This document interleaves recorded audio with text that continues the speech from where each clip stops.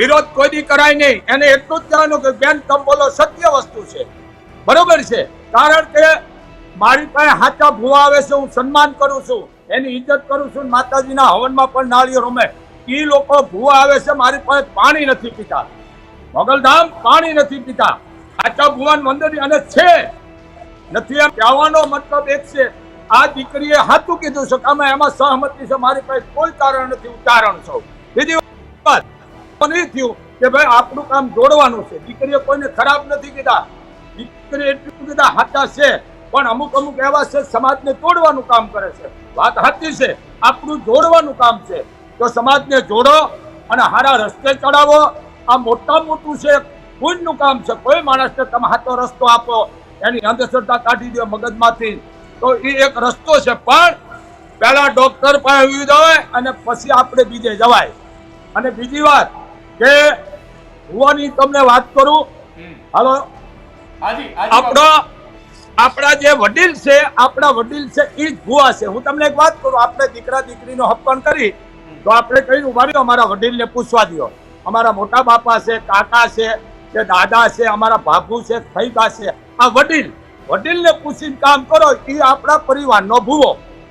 આ વસ્તુ છે, વડીલને પૂછીને કરો. અને વડીલને પૂછીને આપણે કામ નથી કરતા. બધા કહે છે ને ભાઈ તમે વડીલને ન પૂછ્યું, પણ વસ્તુ શું છે, આ અનાર્થ થઈ ગયો છે. માના ભગત બનાય.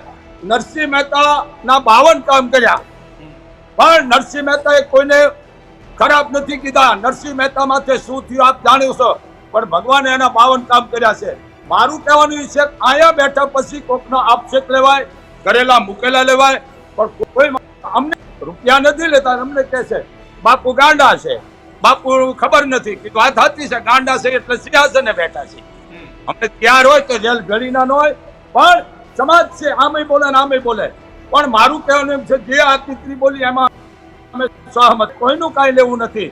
પણ એટલું જ કહેવાય બેન તમે બોલો છો બરોબર છે, અને જરૂરી છે આ બોલવું. કારણ કે અત્યારે સમાજમાં અંધશ્રદ્ધા એટલી બધી વધી ગઈ છે કે માણાના કોઈના ઘરે નથી જાતું.